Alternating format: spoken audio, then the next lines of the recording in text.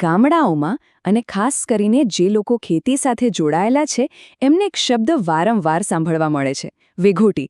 પણ આનો સાચો મતલબ શું છે અને એ શા માટે આટલું મહત્વનું છે? ચાલો આજે આપણે એને એકદમ સરળ ભાષામાં સમજીએ. આ વર્ષે વિઘોટી ભરી કે નહીં?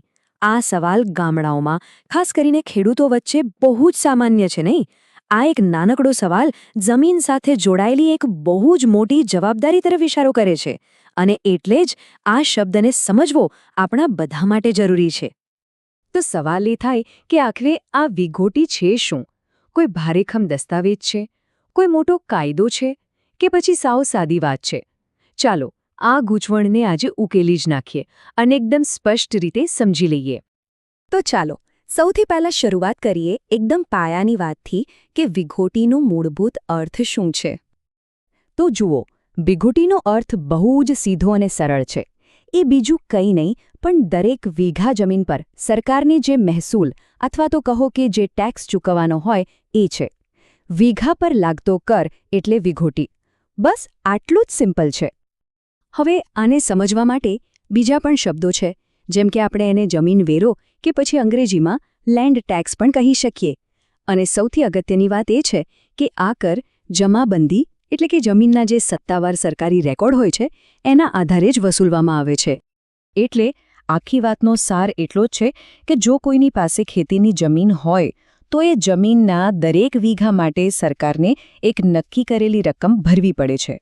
બસ એ જ રકમને વિઘોટી કહેવાય. આ એક પ્રકારની જમીનની માલિકી સાથે જોડાયેલી નાણાકીય જવાબદારી છે. ચાલો હવે થિયરી તો સમજાઈ ગઈ, પણ વ્યવહારમાં આ કામ કેવી રીતે કરે છે?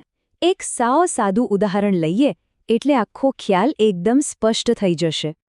માની લો કે કોઈની પાસે 2 વીઘા જમીન છે, બરાબર? અને સરકાર દ્વારા નક્કી થયેલો વિઘોટીનો દર છે 100 રૂપિયા પ્રતિ વીઘા. તો ગણતરી કેટલી સીધી છે? 2 વીઘા ગુણ્યા 100 રૂપિયા એટલે કે કુલ 200 રૂપિયા વિઘોટી ભરવાની થાય. આના પરથી એ સ્પષ્ટ થાય છે કે આનો આધાર જમીનના માપ પર છે. ઓકે, તો વિઘોટી શું છે અને એની ગણતરી કેવી રીતે થાય છે એ તો આપણે સમજી લીધું. પણ હવે સવાલ એ છે કે એને સમયસર ભરવી કેમ આટલી બધી જરૂરી છે? ચાલો હવે એના મહત્વ પર એક નજર નાખીએ. જુઓ, વિઘોટી સમયસર ભરીએ ને તો ફાયદા જ ફાયદા છે. એક તો આપણા જમીનના રેકોર્ડ્સ હંમેશા અપ ટુ ડેટ અને સાચા રહે છે. બીજું, સરકારી યોજનાઓનો લાભ લેવામાં સરળતા રહે છે. અને સૌથી અગત્યનું, જમીનની માલિકી એકદમ સુરક્ષિત રહે છે. પણ જો એ ન ભરાય તો પછી દંડ અને સરકારી નોટિસનો સામનો કરવો પડી શકે છે. અને આ નાની વાત આગળ જતાં મોટી કાનૂની મુશ્કેલીઓનું કારણ પણ બની શકે છે. તો આ બધી ચર્ચા પછી આનો મુખ્ય સાર શું છે? ચાલો ફટાફટ આખી વાતના નિચોડ પર આવી જઈએ. એક વાત મગજમાં બરાબર બેસાડી દેવા જેવી છે. વિઘોટી કોઈ ગૂંચવણ ભર્યો કે ડરામણો શબ્દ બિલકુલ નથી. એ ફક્ત ને ફક્ત વીઘા દીઠ ભરવાનો એક સરળ જમીન વેરો છે. આટલી સ્પષ્ટતા મનમાં હોય ને એટલે બધી ગેરસમજ દૂર થઈ જાય. તો અંતે એક સવાલ વિચારવા જેવો છે. વિઘોટી જેવી નાની દેખાતી જવાબદારી પૂરી કરવી એ આપણી જમીનની માલિકીને સુરક્ષિત રાખવાની દિશામાં સૌથી પહેલું અને સૌથી મજબૂત પગલું નથી? એના પર જરૂર વિચારજો.